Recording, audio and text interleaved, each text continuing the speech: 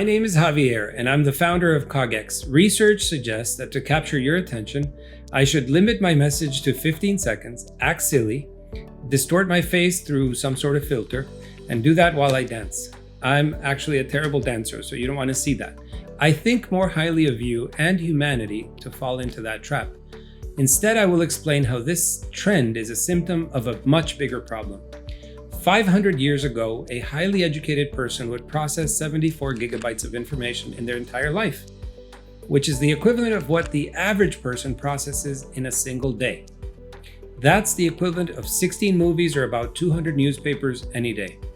We process 11 million bits of information every second, but our conscious mind can only process about 50 to 100 bits per second. What does that mean? 99.9% of the information we're exposed to gets tossed out. Our neurons select the most important bits of information to focus on. These neurons serve as our attentional filter. As educators, it helps to know how to sustain our students' attention, as well as how to teach them to minimize their distractions and to focus. Yet, if you're like the vast majority of adults in the world, you were never taught how to learn effectively as a child or even as an adult.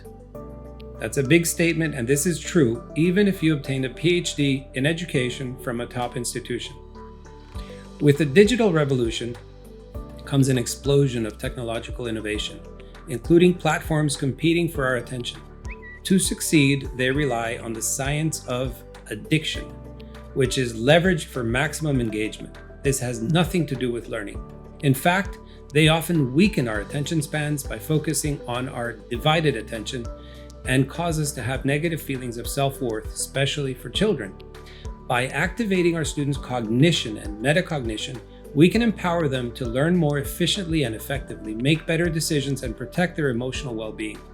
Students need tools to avoid becoming passive chasers of dopamine that deplete them and they become sad through the process. In our next video, in this mini-series, we'll see what the repercussions of these changes are in our school system.